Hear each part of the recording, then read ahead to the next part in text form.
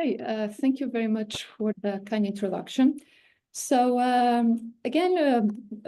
although again, I've also put an introduction here in the slides in case no one knew me. And so again, I'm an associate professor in machine learning here at the Data Science Institute. And I'm also the UNESCO co-chair on artificial intelligence and virtual reality. So my background is computer science and engineer, originally from Portugal.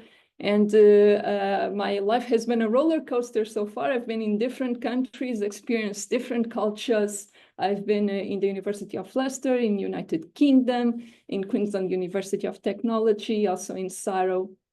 And I'm also a passionate artist and student of Eastern philosophy. So I like a lot to reflect about the human condition and how this era of AI together with the humans are influencing our human aspects and our role in society. So expect a bit of philosophical thoughts during this talk.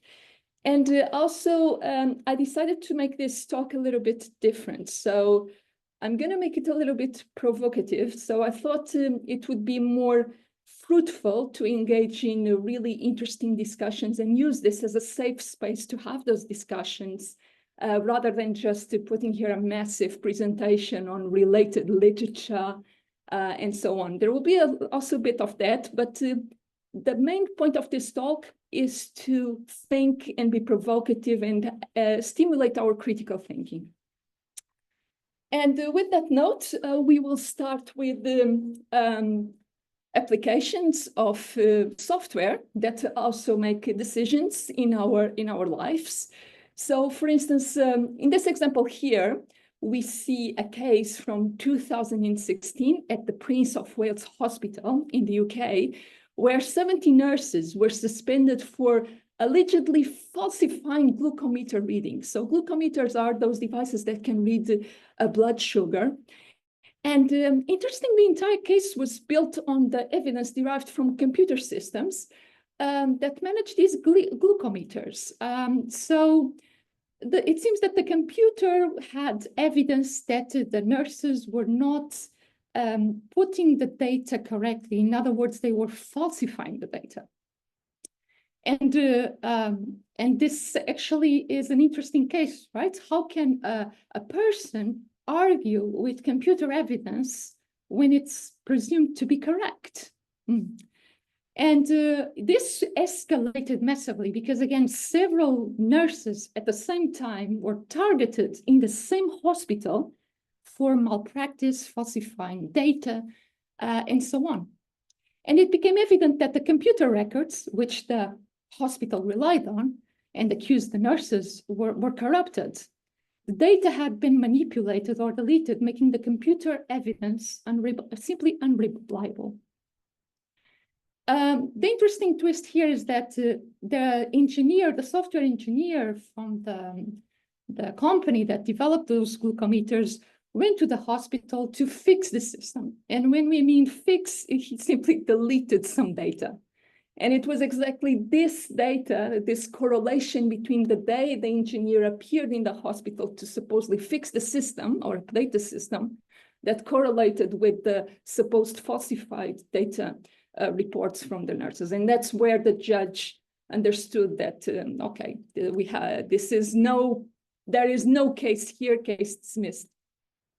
So I'm bringing this as a starting and provocative example. First, because it challenged the assumption that technology is infallible. While the glucometer and its data were trusted implicitly, the fallout for the nurses suggests that the technology should never be the sole determinant of truth in complex situations. Second, it reveals a deeper issue about human oversight. If we presume the system is always right, we leave little room for checks, for balances, or even for debate. And the term AI has become so, and now moving here to AI, the term AI has become so widespread that it's almost hard to use anymore, right? It means so many different things in so many different contexts. In a way, AI is like ketchup. It's everywhere and people think it adds a good flavor to almost anything. And that's the catch. Just like ketchup, AI can get messy if we don't use it properly. And at its core, AI is still software, like the example we've seen before. Of course, more sophisticated and complex than traditional software, but software. And like any software, it can go wrong, right? So we have several examples where AI has been wrong. And one of the most recent examples is, for instance, IBM Watson for the oncology recommendation. So this system from IBM was expected to revolutionize cancer treatment, but it actually ended up making unsafe and incorrect recommendations. And the main issue was that Watson was trained on hypothetical synthetic cases instead of real patient data, and also relied on the expertise of few specialists rather than like a broad clinical expertise team. And again, this failure of the system also shows us the risks of relying on AI without the proper data and expert input, right? Especially in the fields of high-stakes decision-making. AI must be trained on real data that is representative of the context that we are dealing with. And again, this leaves us the question, right? How can we ensure that AI in healthcare is robust enough to handle real-world complexity? The same narrative you can see in Epic Systems, that a company that claimed that it could identify signs of sepsis. However, again, while the tool or the company was stating that it could correctly identify sepsis around 70% of the time, the study found that actually it was much lower, around 63%. And also they saw that the tool was generating lots of false positives. And this is actually something that I already noticed a lot, even in my own research when I do these types of AIs. The generation of false positives is extremely astronomical.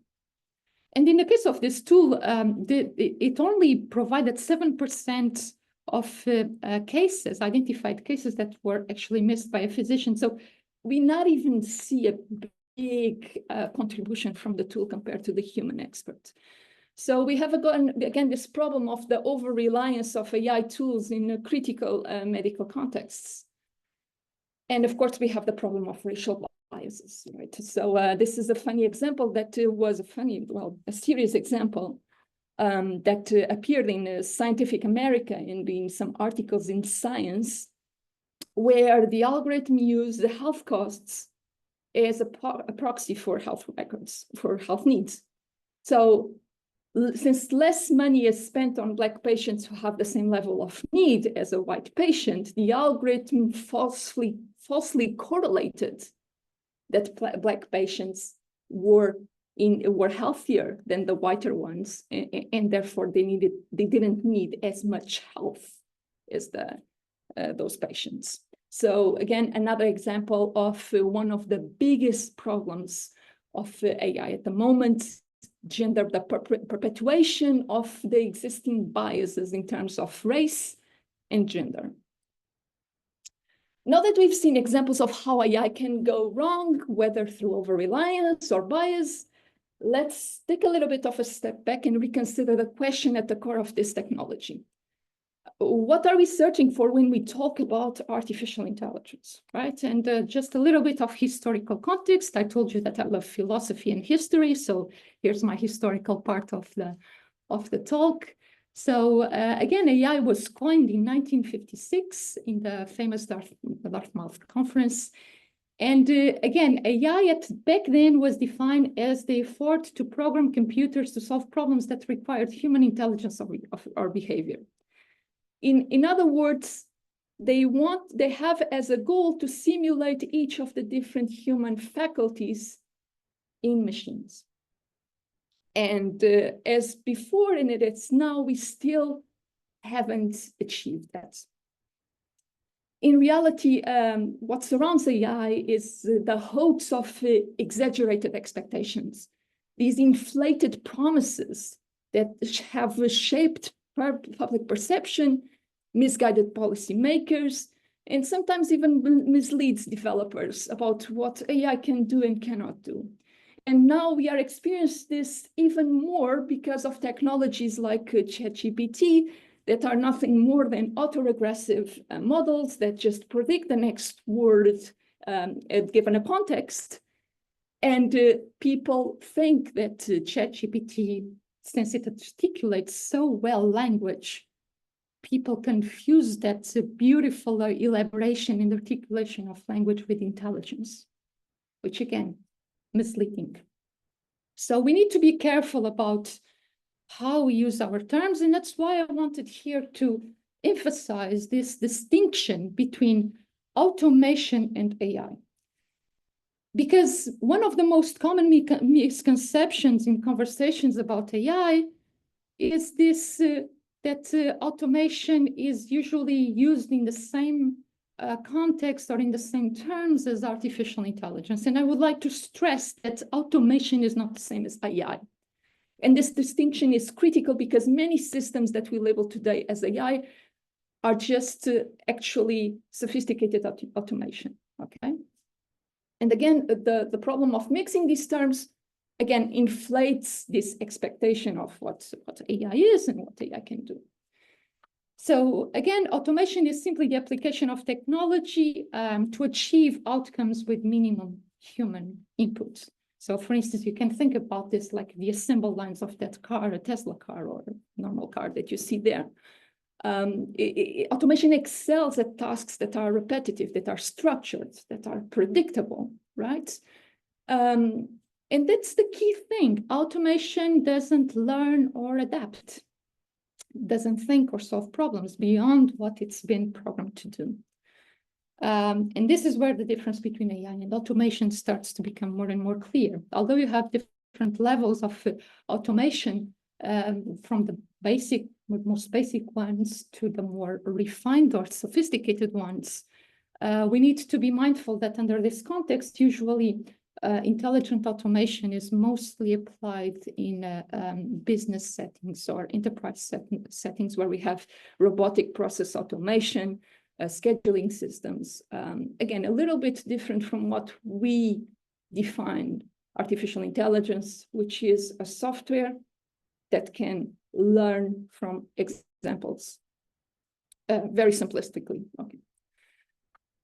Different view of automation, and in this case, something that now has some AI on it. So we have here the different levels of automation in self-driving cars.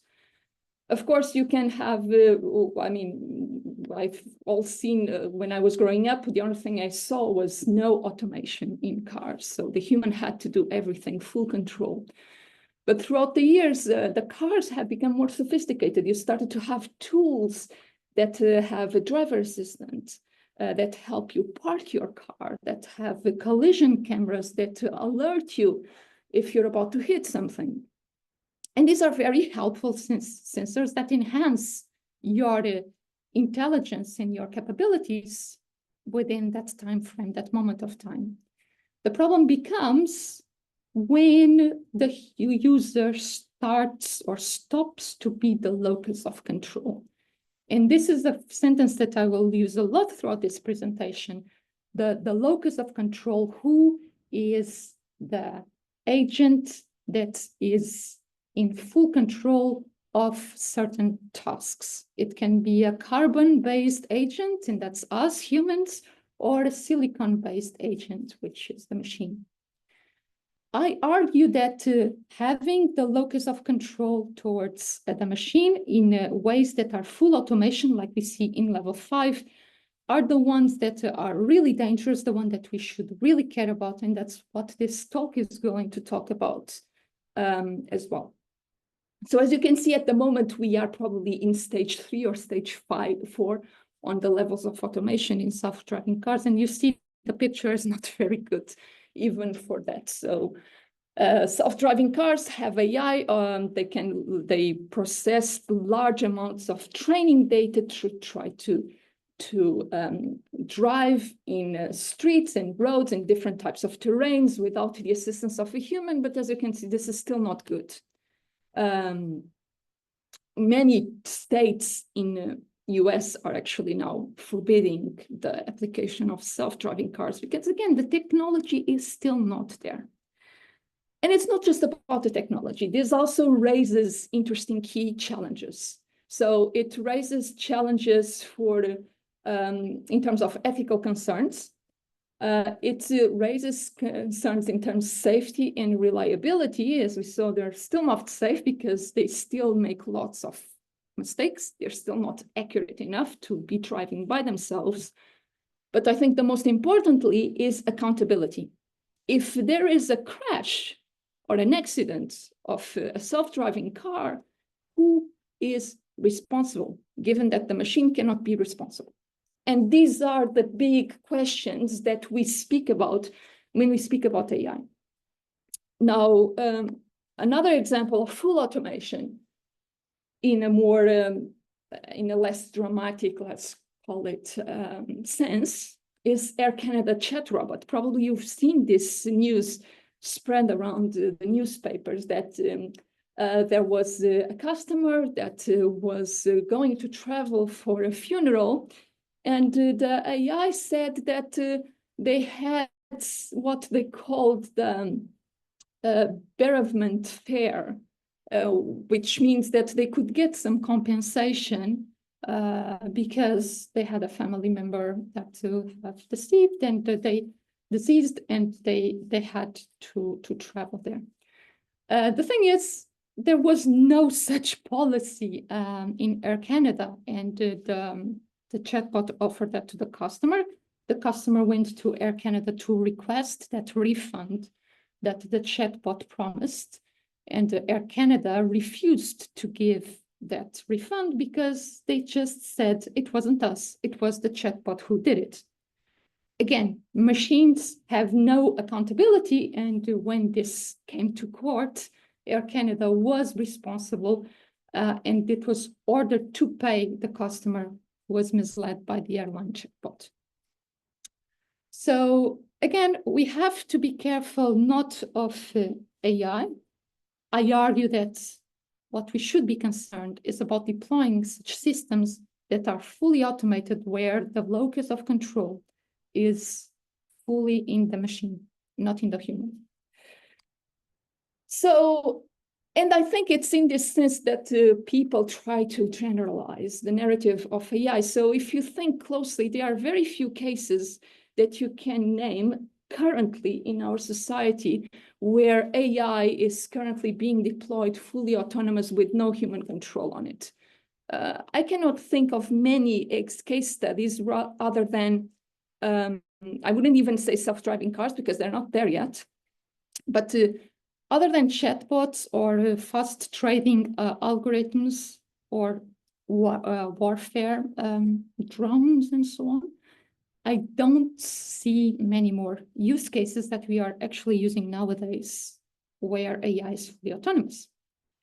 And I think it's in this confusion of autonomy and AI that comes this doomsday world domination narrative that somehow we will have an AI that is so super intelligent that will dominate the human race, and therefore we should come up with very strict regulations to prevent a super intelligent machine to take over the world and contribute to human extinction. So this is the narrative. I think that we are looking into the wrong way. Even if that scenario is possible, I think we would be more likely to be hit by a meteorite than to have generalized artificial intelligence in that sense, because again, when we speak about those kinds of scenarios, actually it's a little bit heretic view towards what intelligence actually means, because you're just thinking about intelligence as a maximization of some function. Well, human intelligence, it's much more than that. And if we want to actually simulate human intelligence, we would have more to build on that, this multifaceted approach where we have emotional intelligence, common sense intelligence, ethical intelligence, morality, and so on. So again, these are my views, open for this. Again, I'm seeing this as a safe space for discussions where we can share our views on the problems. But in my opinion, what we should actually be focusing on is who holds control over the AI systems, what level of autonomy does the AI system have, where is the locus of control, whether there's a clear and structured documentation of what the AI is doing. Has it been analyzed for bias, for fairness? What are the ethical principles and frameworks that can govern this AI? I think these are much more pressing questions that we actually can work on the current times, rather than thinking about some emergent general artificial intelligence that will contribute to human extinction, because at least we can do something about human gender bias and racial bias with these systems. So my view is that AI is not the villain, it's actually the applications. So AI, like all technologies, is neutral. It doesn't have intentions, it doesn't have goals, it doesn't have morality. It simply does what it's designed to do. And that means it's humans who guide and shape how AI is applied. Now, the real concern isn't the AI itself, but how we use it.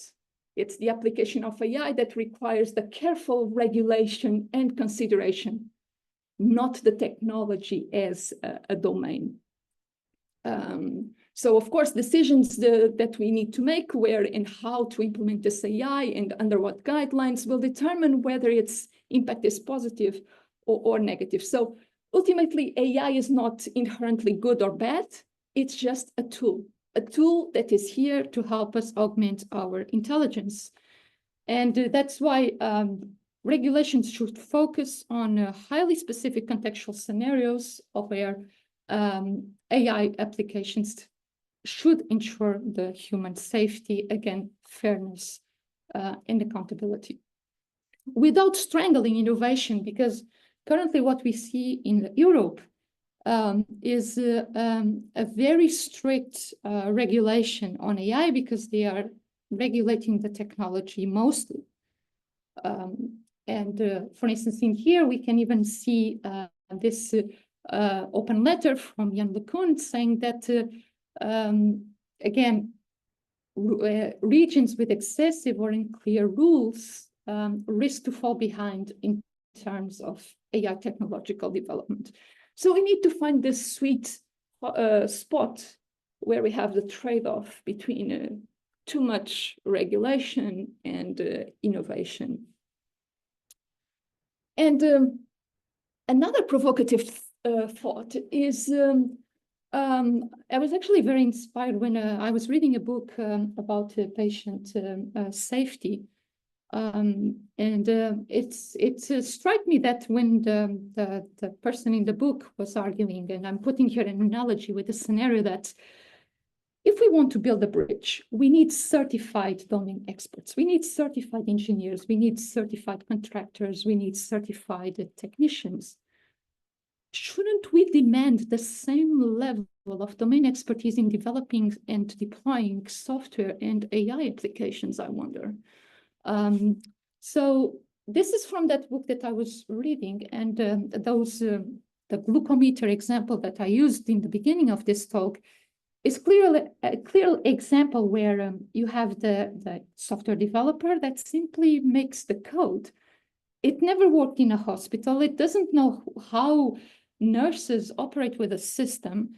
They don't know how these dynamics of these human factors that are completely missing.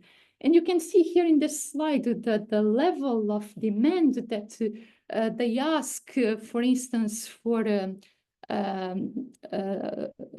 anesthetic must have.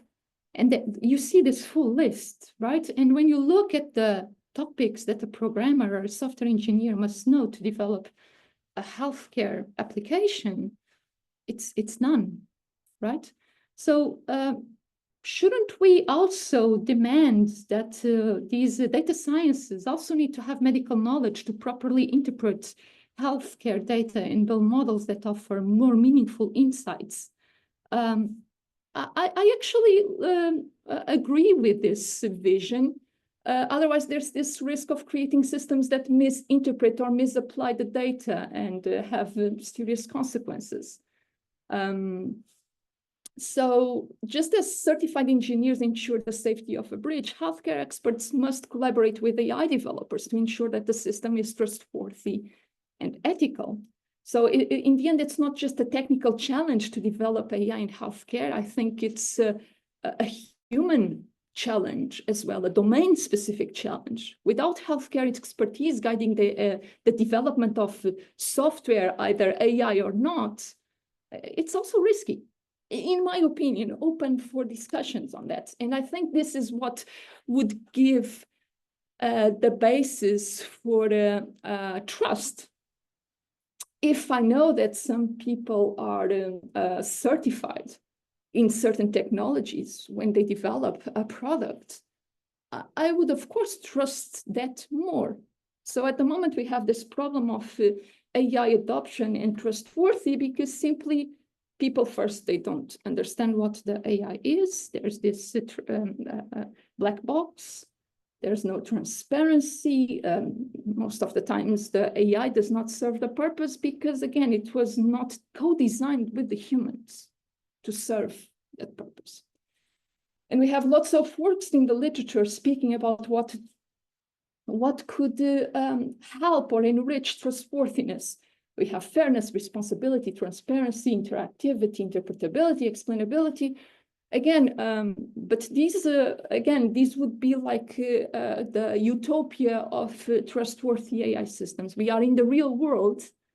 So we would even say that this could be like the perfection, like reaching God. We humans cannot reach God because God is is perfection. It lives in a dimension that is timeless. We humans, since we live in a time dimension, and we cannot approximate to God, so we never can have this utopia of all these tools that also regulations speak to us that we must ensure in AI systems. It kind of depends on the context. Of course, the more we tick, the better.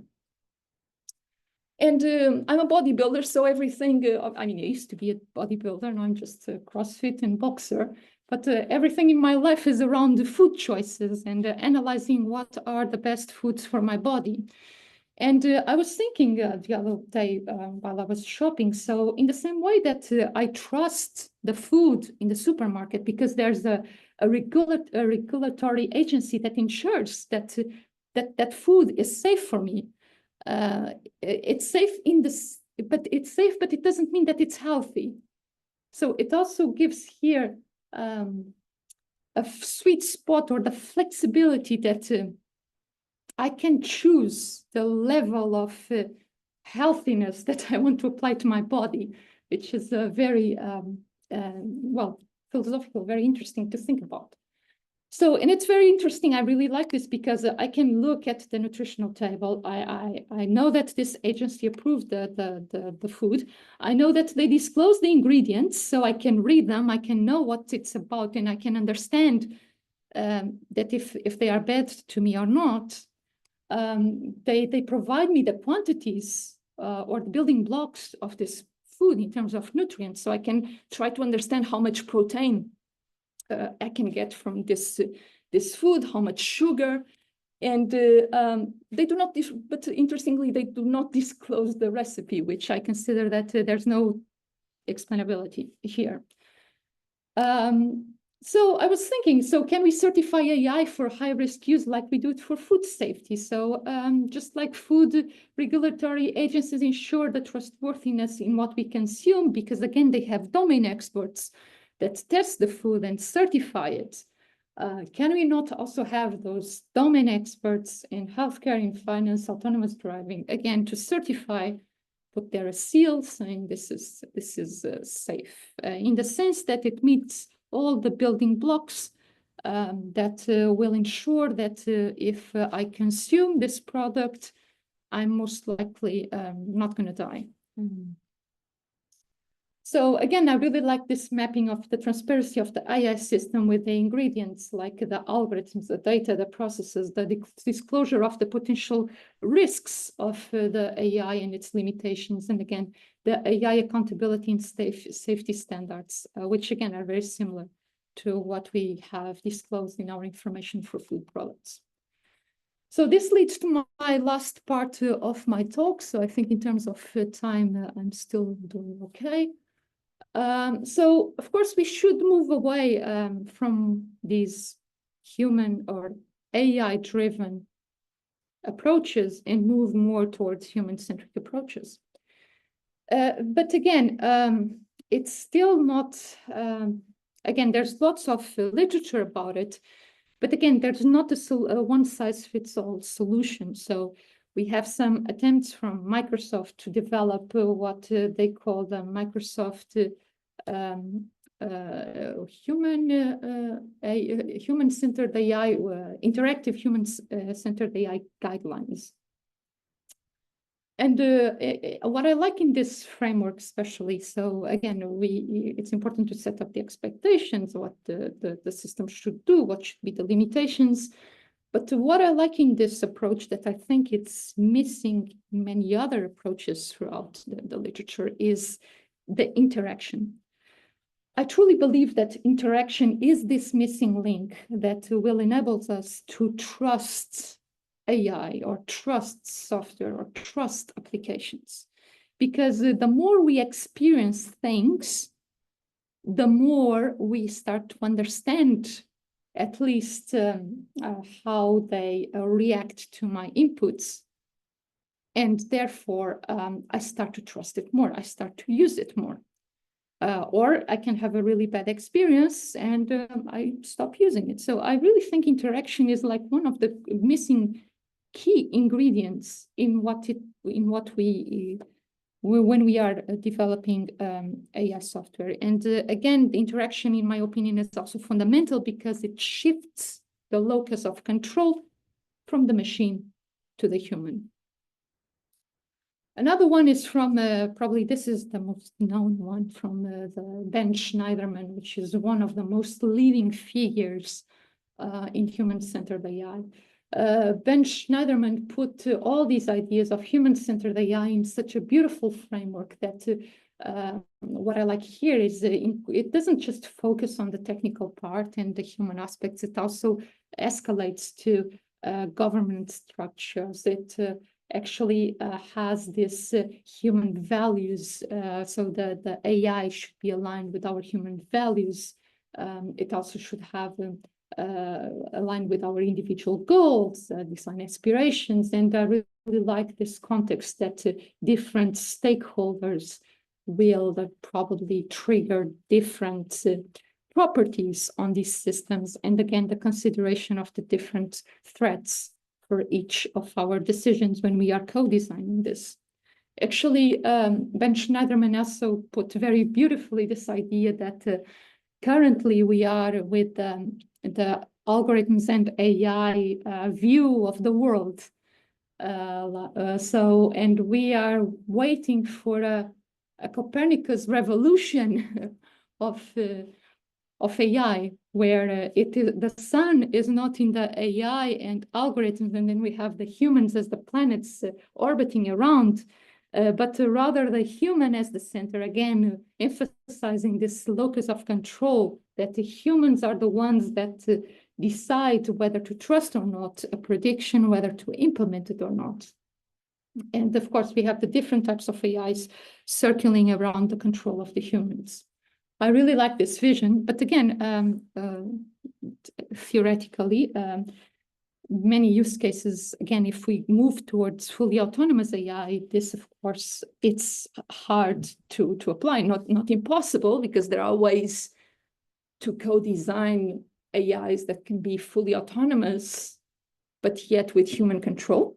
And Ben Schneiderman gives that as the example of your phone camera. When you take a picture, the AI refines it. The AI tells you where to focus. The AI tries to put the right light, the right focus, but it's you who decides when to take that shot. And I find this a beautiful example of this symbiotic, synergetic approach between automation, AI automation, and human capabilities. So all of these frameworks speak about transparency. Again, systems must be understandable with clear expectations of how decisions are made. And I would like to make here another distinction or another definition of actually what we mean by transparent. Okay, transparency doesn't mean that the AI is able to tell us exactly step by step, like a rule-based system, how it come up with decisions. Not even we humans can tell you that, because we humans, if I do some decision, for instance, let's imagine that this can was going to fall, and I grab it instinctively. I cannot explain you what were the mechanisms in my body that were triggered to catch that can. What I can give you as a post-rationalization of my understanding of that scene, what I can give you as an explanation is that I saw the can was going to fall, so I grabbed it.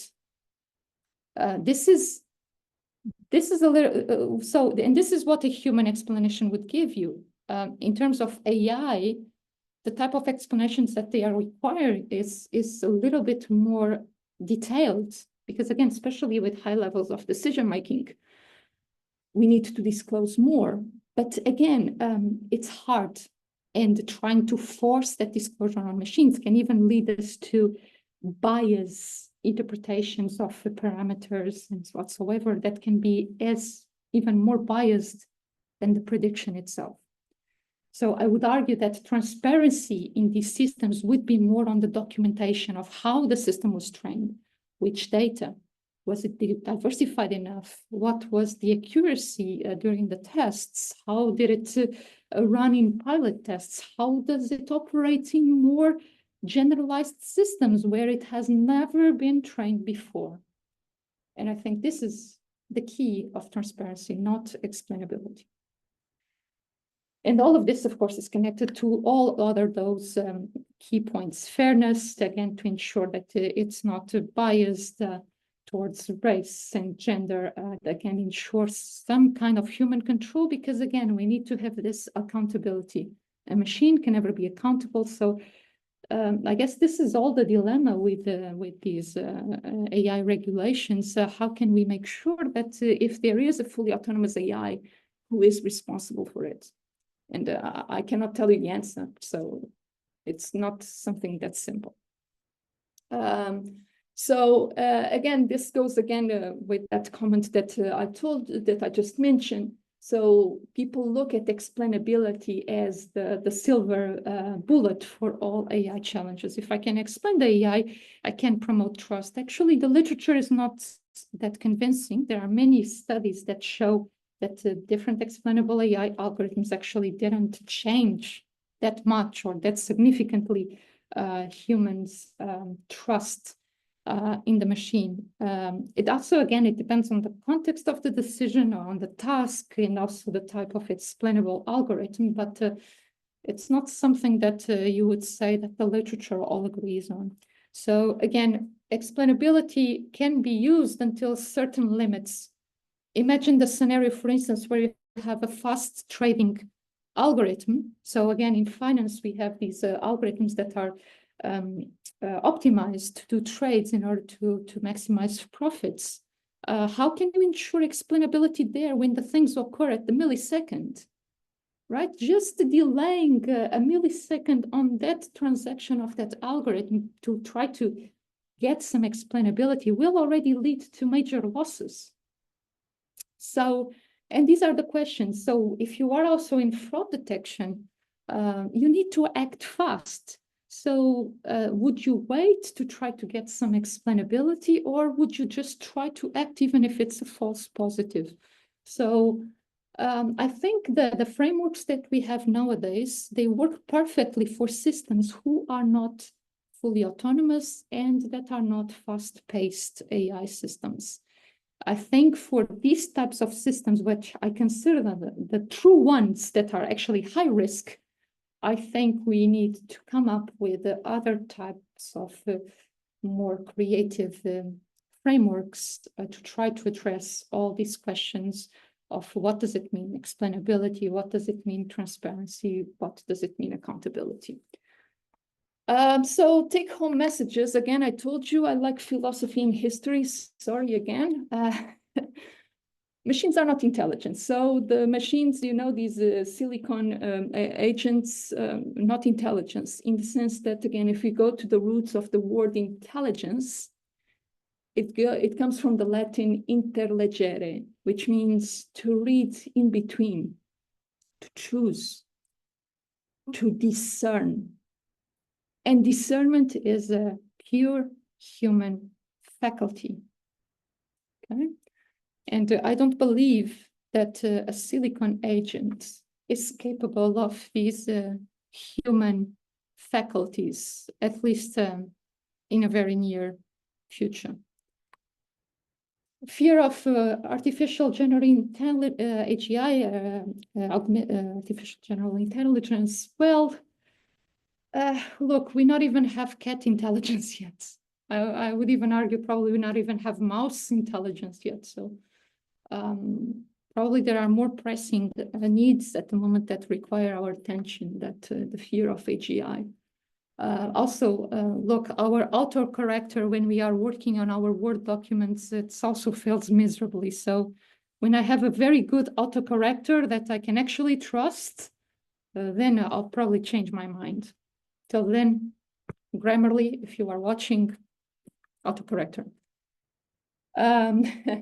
Regulate applications, again, not technology. So I think depending on the user context, again, if I have a facial recognition system that I'm just playing as an app in my phone to make some funny avatar faces of me, is that facial recognition technology the same as being deployed massively in society to try to understand if someone is making a crime or not, or is a potential, or a person that is in a database that we're trying to find? So different contexts, different applications, similar technology. Build trust through certification. Again, if an electrician has to work in a hospital, it has to have these certified these certifications that it can actually work in that type of context. So why aren't we requiring that software engineers or AI developers that work in certain fields that are highly high stakes also are not certified? And finally, unleash humans, not AI, keep people in control. So again, remember, locus of control should be always in the human as when possible, or as mostly when possible. And like that, I think as long as human is in control, we shouldn't be concerned about emergent, unexpected AI behavior, because again, in the end, it's the human that makes the final decision. So thank you very much, and ready for some questions in the fruitful discussions about this topic. Thank you so much, Katrina. That was a really, very great presentation. I think I have a few